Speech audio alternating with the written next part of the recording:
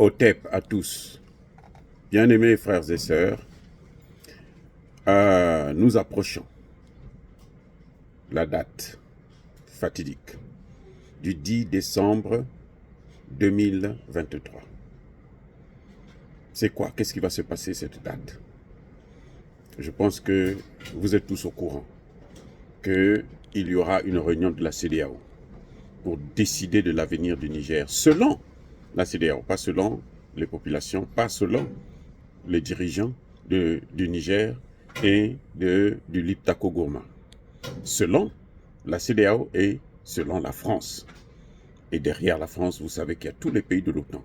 Si la France réussit le coup, tous ils vont venir ensemble pour manger le gâteau, pour partager le repas ensemble. Le repas africain.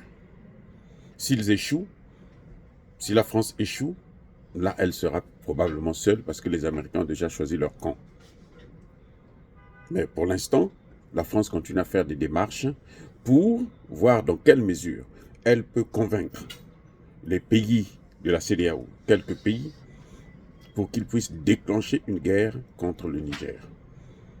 Soit en provoquant le Niger, soit en déclarant ouvertement la guerre sous prétexte du retour de la démocratie, alors que nous savons très bien que la démocratie, aucun État, d'ailleurs en Afrique, la Côte d'Ivoire, ce n'est pas un État démocratique, le Sénégal non plus, la démocratie c'est juste un prétexte pour permettre l'ingérence des Occidentaux. Donc, nous approchons à cette date. Et nous voyons là qu'il y a deux camps. Il y a le camp de la CEDEAO et les pays de l'OTAN, et il y a le camp du Liptako Gourma et les pays de la multipolarité des BRICS. Et chacun prépare cette éventuelle guerre. Pendant que la France est en train de manipuler Alassane Ouattara et Macky Sall, ainsi que Patrice Talon ou Embalo Sissoko,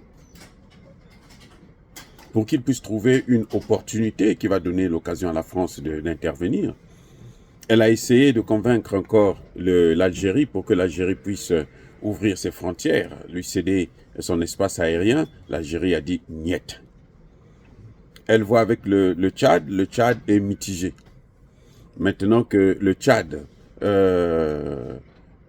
Succès Masra s'est allié à Kakadebi, donc on ne sait pas qu'est-ce qu'ils vont décider. Mais toujours est-il qu'ils continuent à faire des démarches pour voir comment ils vont attaquer. Mais les autres ne dorment pas. Je vous ai dit qu'une délégation du haut sommet ministériel, conduite par le vice-ministre russe de la Défense, se trouve actuellement au Niger, après un passage au Mali. Et aujourd'hui, cette délégation plutôt, a rencontré le président Tchani. Le président Tchani ne rencontre pas n'importe qui. Ça, c'est l'un des présidents qui nous honore, parce que lui, il ne rencontre pas n'importe quel aventurier. Quand il décide de rencontrer quelqu'un qui n'a pas son rang de chef d'État, c'est que cette personne est vraiment importante et vient le voir pour parler des choses aussi importantes. Donc c'est comme ça que les choses se passent. Et voyez, ils ont rencontré le président Tchani. Hier, ils ont rencontré le ministre de la Défense du Niger. Et ça veut dire que les préparatifs aussi de ce côté sont prêts. Donc nous allons visiblement vers un affrontement. Si la France déclenche cette guerre, il y aura une troisième guerre mondiale en Afrique, sur le sol africain. Ça veut dire quoi? Ça veut dire que je mets en garde ici tous les chefs d'État africains qui vont donner à la France l'opportunité de mener cette guerre, de déstabiliser tout un continent. Et qu'ils sachent qu'ils ne sortiront pas de là sans laisser des plumes.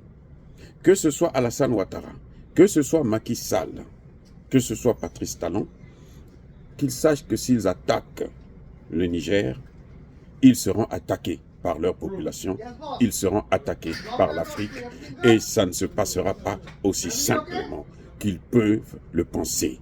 L'Afrique d'aujourd'hui n'est plus une Afrique qui se laisse dominer, manipuler et traînés par la boue.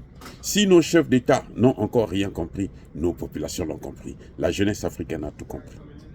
Donc, ce qui est en train de se préparer, de part et d'autre, qu'ils sachent que chacun est en train de préparer ses arrières. Chacun est en train de prendre ses dispositions. Au cas où cette guerre se déclenchait, alors ce sera la catastrophe pour le compte de l'Occident. Et le sentiment anti-français dont nous parlons sera effectif et que la France va dégringoler. Elle va dégager de l'Afrique. Ce sera une chute libre. Elle n'aura pas de parachute possible. Elle n'aura même pas d'amortisseur pour essayer d'atténuer le choc. Parce que le sentiment anti-français touchera tout le continent africain. Dire cela, c'est inciter à la haine ou à la violence. Non, nous avertissons la France. Elle a trop fait du mal à l'Afrique. L'esclavage, la colonisation, le néocolonialisme, la recolonisation, ça suffit. Maintenant, il est temps qu'elle nous laisse tranquilles. Qu'elle dégage, qu'elle nous laisse mener nos politiques. Même si ça ne marche pas, même si nous n'allons pas nous développer, même si nous allons souffrir, ce n'est pas son problème. Qu'elle s'occupe de ses oignons. Bien-aimés frères et sœurs, encore une fois, je persiste et je signe, soyez bénis, abondamment bénis par le Dieu des Kémites et par nos ancêtres angélisés. Mais que tous ceux qui persécutent le continent africain le pillent et le déstabilisent, qu'ils soient noirs, blancs, chinois, arabes, indiens, juifs, qui qu'ils soient punis, maudits, foudroyés, neutralisés, écrasés, effacés par ce Dieu des Kémites et par nos ancêtres angélisés. Vive l'Afrique éternelle, j'ai dit et j'assume.